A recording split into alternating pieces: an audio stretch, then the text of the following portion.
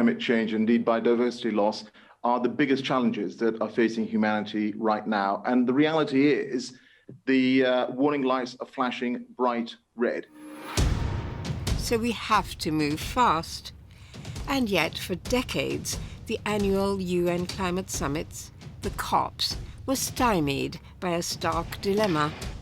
Climate science insisted the world must emit less carbon, yet people, from political leaders to climate activists, were all too aware that the global south had a vital need for more energy to provide jobs, education, everything countries need to move out of poverty. That means we have to, in developing countries, double, redouble, and double again the electricity supply, because development is work, and work requires energy, and it would be completely unjust if the world's poor were not able to have the energy supplies that have lifted the rich countries out of poverty in generations past. But now, a game-changing new pathway is opening up. Clean energy from sun and wind don't cause climate change, and now they've become decisively cheaper than dirty fossil fuels. And they're available in abundance.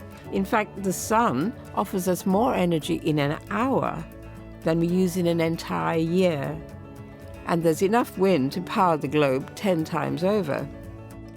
That has now brought us to this energy transition and the green energy revolution. What is it promising us? It's promising us reliable, low-cost energy in abundance, both distributed and central generated, which allows us to transform economies, and ultimately it is also allowing us to save lives because of the climate change, which will have an unimaginable impact. So renewable energy seems unarguably the way forward. But some people still see a problem. The sun doesn't always shine and the wind doesn't always blow. So is this intermittency its fatal flaw? The problem is that most people are thinking too small scale. Most people are thinking about renewables just within their nation state. We have to think in continental terms. We have to plug everybody into the solar power and often good wind power that you find in deserts. Just imagine that you drew a box in the desert 150 kilometers by 150 kilometers and fill that box with solar power stations. You could produce all the electricity that Europe produces today from all its sources, from all its power stations. From a technical point of view, it's perfectly easy to power the world from renewable energy. What you do is you build long-distance transmission lines using high-voltage direct current lines that can transmit power over thousands of kilometers with very little loss to link us all to the areas where renewable energy is most abundant. So intermittency wouldn't be a problem if we could get our energy from wherever the sun is shining or the wind is blowing, places far away. But just how far away? We're talking about up to 6,000 kilometers. So that's like from the middle of the Sahara to London or Berlin. Yeah, 6,000 kilometers. So in terms of technology development and practice, actually the global energy interconnection is feasible. It is feasible now. It is feasible now. But the electricity flow needs to be controlled precisely. How can we switch it from wherever it's most abundant and therefore cheapest to wherever it's most needed with split-second precision and at any given moment of the day or night? The answer is smart grids. And in Professor Zhang's lab, they're developing smart grids that can control these energy flows very precisely. So if you combine clean energy with long-distance power lines and smart grids, you get what China is calling the global energy interconnection. And if this vision is realized, it'll be able to supply electricity day or night across Asia and Africa and the Middle East, all the way into Europe, the Americas, and the Antipodes. For a flexible, secure energy future, which I see as the cost-effective one and as the sustainable one, then interconnection is just an absolutely central part of that. And it is clear already that the technology and the cost of that interconnection is there, and we should be able to move over to a decarbonised energy system. And the electricity grid needs to become a little bit more like another grid that we have all got used to using and all take for granted now, and that's the information internet. In the information internet, anybody from the largest provider of information, Google or Amazon, to the smallest individual blogger, can feed in information into the global network. Anybody can draw information out of the global network wherever they are. And it needs to be the same with energy, that anybody can feed in from their rooftop solar panels or from a giant desert solar power station, and anybody can access the renewable energy that's being fed in the same way. And the information internet crosses borders. It's a global creation that we now all use.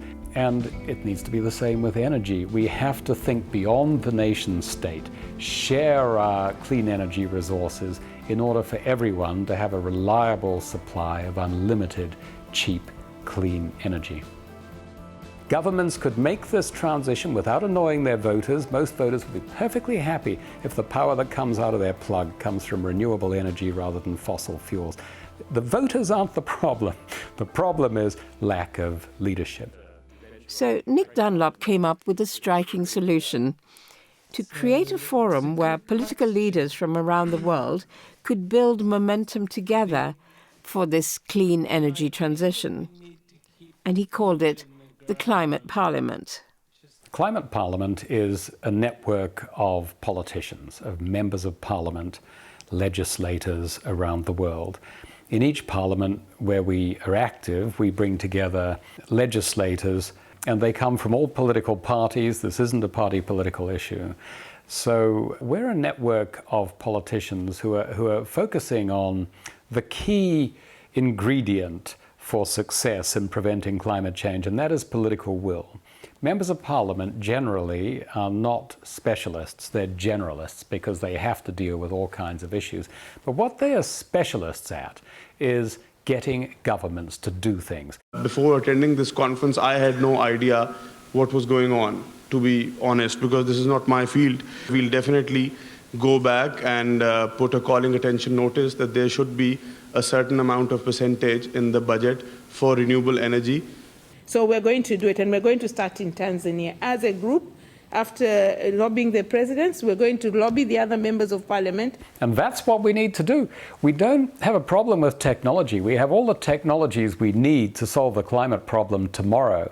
The world is full of engineers, brilliant engineers who know how to build this stuff. We don't have a shortage of engineers. What we have a shortage of is political leadership. And we as a network of politicians are addressing that fundamental problem. She's okay with that? Yes, he's okay. It's summer 2015, and the Climate Parliament is meeting in the run-up to the Paris COP. They're focusing on designing the proposal they're taking to the world leaders in Paris, which includes both large-scale continental grids and micro-scale grids for villages in the global south, drawing on local clean energy resources. And they're calling it the Green Grids Initiative. The Paris Summit, COP21. It's the 21st time world leaders have met in response to the climate catastrophe. Will they move decisively towards renewables this time, away from the old familiar lure of fossil fuels? What would it take to make this change? There are always three elements. I mean, the first is you need leadership. The second is you need civil society support, and you need people mobilized to deliver these things. Justice! Justice! Surrounding the COP, thousands of civil society protesters are demanding clean energy to reduce carbon emissions and to bring about energy justice. Justice! And you need the power of a good idea. You know, and the kind of work that Nick is doing is putting into the furnace of change the kinds of good ideas that will enable civil society to mobilize and that will enable us to support leaders. Leaders can become very isolated leaders need to be supported. They need to have the people on their side. For the Climate Parliament, Paris is an opportunity to recruit support for the initiative from key leaders like the Energy Minister of Costa Rica. This is one of the slides used for a global energy internet. Each region links up into a regional grid to trade renewable energy across borders. And for Costa Rica, this works on two levels. One is that Costa Rica, as a major renewable energy leader, can benefit from the interconnections and can often be an exporter, but also can have more energy security because when it's cloudy or not windy, you can be importing. So in principle, I like the idea. Another crucial partner for the Green Grids initiative is India.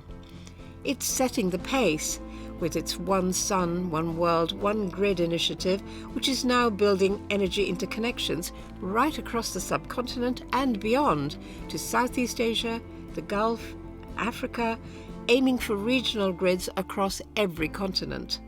Our government is very clear in its mind about our obligation to the coming generations, about our need to leave behind a greener planet for our great-grandchildren. That's what this revolution is about. And that's why yesterday when Nicholas met me, I said that, we are so happy to partner with you because you are engaged in a cause which is important for the whole planet. Unless we convince our parliaments, unless we convince all our brethren across the world, I don't think that we have a very bright future ahead of us. So the time is now. And that's why I believe, Nicholas, that your initiative is important and urgent. It's this sense of importance and urgency that drives the next meeting of the Climate Parliament at the UK Foreign Office's Wilton Park.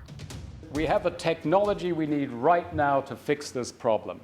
And we have no shortage of renewable energy resources. We could power 10 world economies on solar power alone. We could power 10 world economies on wind power. But we can only harness that massive potential if we have enough long-distance transmission lines that connect all the major consumption centers, the cities and the factories, with the best locations for renewable energy. And around the world, these interconnections are already underway. Electricity from Sichuan to Shanghai, which is actually more than 2,000 kilometers long. The Amazon area, let's say, down to the... In South America too, long-distance power lines are already being built, with ambitious plans for more. We have worked for many years with other Latin American countries to assess energy interconnections. Chile has a transmission line with Argentina, Colombia with Ecuador and with Central America, Argentina with Uruguay, Brazil and Paraguay as well. The Green Grids initiative could help our country and other countries in Latin America, and it can help in moving forward to a greater integration. The political engagement and technical cooperation are the key to think in a net zero region and this interconnection. And if this initiative seeks to contribute with evidence to develop strategies at a regional level that seek to promote cooperation, interconnection, and for the study of export opportunities of Latin America's renewable energy potential, would be a great initiative. And there's no shortage of potential power lines across Asia. Our plan is that to connect the Kyushu with the Busan, and also Busan to connect to Matsue. And then China, Korea is like this one that we are planning. So. The Gulf area into Pakistan. I think that could be doable in the next 5 to 7 years. Solar energy from North Africa to Europe, so perhaps that there may be... Not only could North Africa share its clean energy with Europe, there are plans too for Africa-wide power lines. I think the potential is amazing. I think if there's one place that is suited to green grids, is Africa. We're not bogged down with existing infrastructure, for instance, that might make us be look at legacy and hold on to things that were there for us a long time ago. We could leapfrog right into the green grids concept and start from scratch and get it right and become, the cutting edge continent for renewable energies, using the concept of green grids and sharing of our resources and trading in our resources. And that could be our oil, that could be our exportable resource to Europe and the rest of the world. Our planet has given us everything. Perhaps it's just how we share it, how we collaborate on some of these resources that is the answer to the want in one place and the abundance in others. It's definitely an issue of access to clean energy. And really, for me, looking at it as an African woman, knowing that the person that deals with the issue of cooking, the person that needs to make sure that at the household level, energy provision affects the women directly, affects her children directly, and therefore really it's definitely an issue of social justice. It's an issue that needs to be looked at, not just at the global, big picture, big projects, but at the household level and at the community level. So we need to just grab it and run with it. Half of Africa isn't on the grid at all. Half of Africa has no access to electricity at all, and yet people living in African or Asian or Latin American villages that are off the grid are rich in renewable energy. So green grids as a concept includes helping the world's poorest people to harness the solar, wind, small hydro and other renewable energy potential that they've got right on their doorstep in order to power their own development. In addition to the really large-scale offshore wind farms, desert solar power stations, and so on, that we need to power the world's cities and factories and cars. And as we approach COP26 in Glasgow, just a few months away now, the initiative's really coming together. The COP presidency has taken up the initiative and is aiming to make this one of the significant outcomes to come out of the COP. In May 2021, the governments of the UK and India made a critically important joint announcement. They formally committed themselves to launch a Green Grids initiative at COP26. This is the big event that we've been waiting for some years, when the leaders of the world come together to commit to stronger action on climate change. So our aim is to get them to commit very specifically to building the new large-scale generating capacity for wind, solar and other renewables, to building the large continental-scale grids and interregional grid connections that we need, right down to solar panels on every roof and solar microgrids for African and Asian or Latin American villages. We've got to do this incredibly fast. And in order to do that, we need to really step up the level of political will, political energy behind these efforts. And that is what we're aiming to do in Glasgow.